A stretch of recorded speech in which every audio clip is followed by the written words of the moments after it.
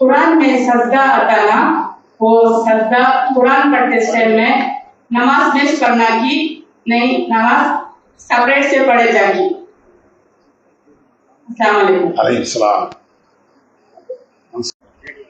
திருமறை குர்ஆன்ல சஜிதாவுடைய வசனங்கள் வருகிறது.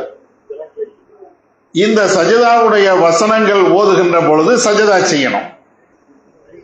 இந்த சஜிதா என்பது தொழுகையில செய்யணுமா அல்லது தொழுகைக்கு வெளியில சாதாரணமாக குர்ஆன் ஓதுகின்ற பொழுது அந்த வசனங்கள் சஜிதாவுடைய வசனங்கள் வருகின்ற பொழுது அப்பமும் செய்யணுமா? இந்த சஜிதாவுடைய சஜிதா திலாவத்தி என்று சொல்லக்கூடிய சஜிதாவை எப்பப்பெல்லாம் செய்யணும்? அதுதான் சகோதரியுடைய அடிப்படையான கேள்வி. இந்த கேள்விக்கு செல்வதற்கு முன்னால ஒரு அடிப்படையான விஷயத்தை சொல்ல நான் கடமைப்பட்டு இருக்கிறேன். திருக்குர்ஆனை நீங்கள் பார்த்தீர்கள் என்றால் சஜிதா திலாவத் என்று சொல்லக்கூடிய குர்ஆன் ஓதுகின்ற பொழுது சஜிதா செய்யக்கூடிய வசனங்கள் அப்படின்னு சொல்லும் போது ஏறத்தாழ 15 வசனங்களை குறிப்பிட்டு இருப்பாங்க. குர்ஆனை நீங்க படிக்கின்ற பொழுது 15 இடங்கள்ல 15 வசனங்களை நீங்கள் படிக்கின்ற பொழுது அந்தந்த இடங்கள்ல சஜிதா செய்யணும் அப்படின்னு சொல்லியிருப்பாங்க. இந்த 15 இடங்களும் எப்படிப்பட்ட இடங்கள் அப்படின்னு குர்ஆனுடைய ஓரங்கள்ல இது சஜதா அப்படின்னு எழுதியும் வச்சிருப்பாங்க. அப்படி எழுதி வைக்கப்பட்டக்கூடிய ஒரு இடத்துல இது ஷாஃபி மதுஹபை சார்ந்தவர்கள் செய்ய வேண்டிய சஜதா, இந்த வசனத்தை ஷாஃபி மதுஹபை பின்பற்றக்கூடியவர்கள் சஜதா செய்யணும். இன்னொரு இடத்துல இந்த வசனத்தை ஓதக்கூடியவர்கள் ஹனஃபி மதுஹபை சார்ந்தவர்களாக இருந்தால் அவங்க இங்க சஜதா செய்யணும் இப்படின்னு எழுதி வச்சிருப்பாங்க. குர்ஆன்லயே ஷாஃபி சஜதா செய்யக்கூடிய வசனம், ஹனஃபி மதுஹபை பின்பற்றக்கூடியவங்க சஜதா செய்யக்கூடிய வசனம் இப்படின்னு தனித்தனியாக இதையும் எழுதி வச்சிருப்பாங்க.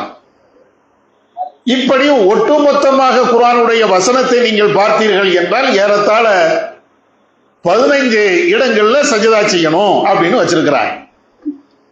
ஆனால் ஹதீஸின் அடிப்படையில் ஆதாரபூர்வமான செய்தியின் அடிப்படையில் நீங்கள் பார்த்தீர்கள் என்றால் சஜதா செய்யக்கூடிய இடங்கள் குர்ஆனை ஓதுகின்ற பொழுது சஜதா செய்யக்கூடிய இடங்கள் மொத்தமே 4 இடம் தான். 15 என்பதும் இல்லை. ஷாஃபி மதுஹபை சார்ந்தவங்க சஜதா செய்யக்கூடிய வசனங்கள், ஹனஃபி மதுஹபை சார்ந்தவங்க சஜதா செய்யக்கூடிய வசனங்கள் இப்படின்னு பிரிச்சு பார்க்கக்கூடிய எந்த நிலையும் குர்ஆன்ல ஹதீஸ்ல இல்லை. ஆதாரபூர்வமான செய்திகள்ல நீங்க பார்க்கவே முடியாது. இந்த 4 இடத்துல ரசூலுல்லாஹ் சஜதா செய்ததாக அல்லது நபி அவருடைய காலத்தில் நபி தோழர்கள் சஜதா செய்ததாக இதுக்கு ஆதாரம் இருக்கிறது. அது குர்ஆன்ல 4 இடங்கள்ல இருக்கிறது. எந்தெந்த இடங்கள் அப்படி நீங்க பாத்தீங்கன்னா சூரத்து சாது அப்படிம்பாங்க, அதுல ஒரு 2 இடத்துல வரும். சூரத்து நஜ்மு அப்படிம்பாங்க, அதுல ஒரு இடத்துல வரும். சூரத்தில் இன்ஷிகாக் இத சமாவுன் ஷக்கத் அப்படின்னு வருதா இல்லையா, அதுல ஒரு இடம், சாதுல ஒரு இடம், சூரத்து நஜ்முல ஒரு இடம், அதே போன்று சூரத்தில் இன்ஷிகாக்ல ஒண்ணு, இக்ரா பிஸ்மி ரப்பிக்கல்லதி ஹலக் இப்படின்னு மொத்தம் ஒரு 4 இடங்கள்ல மட்டும்தான் இந்த ஆயத்துகளை ஓதுகின்ற பொழுது சஜதா செய்யணும் அப்படின்னு இருக்கிறது. இந்த 4 இடங்கள்லையும் சஜதா செய்ய வேண்டுமா? கண்டிப்பாக சஜதா செய்ய வேண்டுமா? அந்த வசனங்களை எல்லாம் ஓதுகின்ற பொழுது கண்டிப்பாக சஜதா செய்ய வேண்டுமா அப்படி நீங்க பார்த்தீங்கன்னா நபிகள் நாயகம் ஸல்லல்லாஹு அலைஹி வஸல்லம் அவர்கள் அதுலயும் 2 விதமான வழிகளை நம்ம காட்டி தந்திருக்கிறார். ஒரு வழி என்ன அப்படி நீங்க பார்த்தீங்கன்னா சஜதா செய்யவும் செய்யலாம். இன்னொரு வழி என்ன, சஜதா செய்யாமலும் இருந்திருக்கிறாங்க. குர்ஆன்ல மொத்தம் 4 இடங்கள்ல சஜதா செய்யணும். இந்த 4 இடங்கள்லையும் கண்டிப்பாக சஜதா செய்யணுமா அந்த வசனங்களை ஓதுகின்ற பொழுது அப்படி நீங்க பாத்தீங்கன்னா சில நேரங்கள்ல ரசூலுல்லாஹ் சஜதா செஞ்சிருக்கிறாங்க, சில நேரங்கள்ல ரசூலுல்லாஹ் சஜதா செய்யாமலும் இருந்திருக்கிறாங்க. ரெண்டுமே இருக்கிறது ஹதீஸ்கள்ல. அப்ப அந்த அடிப்படையில இந்த 4 இடங்கள்ல நாம சஜதா செய்யலாம், செய்தால் அதுல கூடுதல் நன்மை. இப்படி இருக்கக்கூடிய இந்த சூழ்நிலை தான் 15 இடங்கள்ல அல்லது 14 இடங்கள்ல சஜதா செய்யணும்.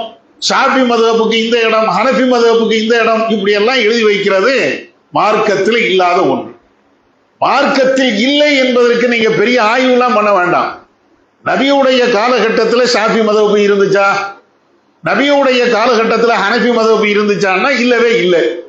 நபிகள் நாயகம் ஸல்லல்லாஹு அலைஹி வஸல்லம் அவர்கள் இறந்து பல வருடங்களுக்கு பின்னால் தான் இமாம் அபு ஹனீஃபா அவர்களை பிறக்கிறாங்க. பல வருடங்களுக்கு பின்னால் தான் இமாம் ஷாஃபியே பிறக்கிறாங்க. அவங்களுடைய காலத்திற்கு பின்னால் தான் இந்த மதுஹபுகளை எல்லாம் உருவாக்கி வச்சிருக்கிறாங்க. பல 100 வருடங்கள் கழிந்ததற்கு பின்னால் தான் மதுஹபே உருவாகி இருக்கிறது. இப்படி இருக்கும்போது நபியுடைய காலகட்டத்திலேயே இது ஷாஃபி மதுஹபுக்காரர்கள் ஓதக்கூடிய குர்ஆனுடைய சஜதாவுடைய வசனம், இது ஹனஃபி மதுஹபுக்காரங்க ஓதக்கூடிய சஜதாவுடைய வசனம் அப்படின்னு இஸ்லாத்துல இருக்குமா? சிம்பிளா யோசிச்சாலேயே போதும். அப்ப இந்த அடிப்படையில் நீங்க பாத்தீங்கன்னா 4 என்பது ஆதாரபூர்வமான ஹதீசுகள்ல இருக்கிறது. அதை தாண்டி ஏராளமான இடங்கள்ல சஜதா செய்யணும் அப்படின்னு சொல்லக்கூடிய இது எதுவுமே மார்க்கத்துல இல்ல, ஹதீஸ்ல இல்ல. இதை புரிஞ்சுக்கிடுங்க. அடுத்து நான் ஏற்கனவே சொன்ன மாதிரி இந்த 4 இடங்கள்லையும் நாம விரும்பினால் சஜதா செய்யலாம், விரும்பவில்லை என்றால் சஜதா செய்ய தேவையில்லை என்ற சலுகையும் இஸ்லாம் வழங்குறது. இந்த சஜதா என்பது குர்ஆன் ஓதுகின்ற பொழுது அப்ப மட்டும் செய்யணுமா, தொழுகையிலையும் செய்யலாமா? 2லேயும் தான். தொழுது கொண்டே இருக்கும் போதும் அந்த சஜதாவை செய்யலாம். தொழுகைக்கு வெளியில சாதாரணமாக நம்ம குர்ஆன் ஓதிட்டு இருக்கிறோம், அப்பவும் சஜதா செய்யலாம். சரி, தொழுகையில நம்ம இருக்கிறோம், அப்ப நம்ம சஜதா செய்யறதா இருந்தால் எப்படி செய்யறது? ஒன்றும் இல்லை, தக்பீர் கட்டி கைகளை கட்டி கொண்டு நம்ம சூறாவை ஓதிக்கிட்டே இருக்கிறோம். அந்த சூறா ஓதும்போது சஜதாவுடைய வசனம் வருகிறது. அப்படி வரும்போது அல்லாஹ் அக்பர் சொல்லி ஒரு சஜதா செஞ்சுட்டு மீண்டும் நிலைக்கு வந்துடும். சாதாரண ஒரு சஜதா தான், 2 சஜதா இல்லை. இது தொழுகையில நாம செய்யக்கூடிய சஜதா திலாவத். சாதாரணமா தொழுகைக்கு வெளியில நம்ம குர்ஆன் ஓதிக்கிட்டே இருக்கிறோம். அப்படி ஓதுகின்ற பொழுது இந்த சஜதாவை எப்படி செய்யறது அப்படின்னு நீங்க கேட்டீங்கன்னா, சில பேர் எப்படி செய்வாங்கிறத முதல்ல விளக்கிடுங்க. சாதாரணமா தொழுகைக்கு வெளியில சாதாரணமா குர்ஆன் ஓதுகின்ற அந்த நேரத்துல சஜதா திலாவத்து அது வருகிறது அப்படின்னு சொன்னா எப்படி செய்வாங்க அப்படின்னா, குர்ஆன் ஓதிட்டே இருக்கும்போது குர்ஆனை இப்படியே தனியா வச்சிருவாங்க. வச்சுட்டு அதுக்கு பிறகு தக்பீர் கட்டுவாங்க, அல்லாஹ் அக்பர் இப்படின்னு கைகளை கட்டி கொள்வாங்க. அதுக்கப்புறம் அல்லாஹ் அக்பர்னு சொல்லிட்டு சஜதாவுக்கு போவாங்க. அதுக்கப்புறம் அல்லாஹ் அக்பர்னு சொல்லி நிமிர்ந்து மீண்டும் நிலைக்கு வந்துட்டு அதுக்கு பின்னால்தான் குர்ஆன் ஓதுவாங்க. இப்படி ஒரு முறை இருக்கிறது. இது ரசூலுல்லாஹ் கற்று தந்த ஒரு முறை அல்ல. தொழுகைக்கு வெளியில நீங்க சஜதா திலாவத்து செய்றீங்க அப்படின்னு சொன்னா இப்படி நிலையில நின்று அல்லாஹ் அக்பர் சொல்லி அதுக்கு பின்னால சஜதா செஞ்சுட்டு அதுக்கு பின்னால மீண்டும் அல்லாஹ் அக்பர் சொல்லி மீண்டும் நிலைக்கு வரணும் அப்படிங்கறதெல்லாம் தொழுகைக்கு இருக்குதே தவிர சாதாரணமாக தொழுகைக்கு வெளியில ஓதும் போது இப்படி எல்லாம் செய்யணும்னு இல்லை. அப்ப எப்படி செய்யறது? ஒண்ணு இல்லை, சாதாரணமா நம்ம குர்ஆன் ஓதிட்டே இருக்கிறோம், உட்கார்ந்து கொண்டு குர்ஆன் ஓதுறோமா, உட்கார்ந்து கொண்டு குர்ஆன் ஓதுறோம் அப்படின்னு சொன்னா உடனே சஜதா செய்ய வேண்டியதான்.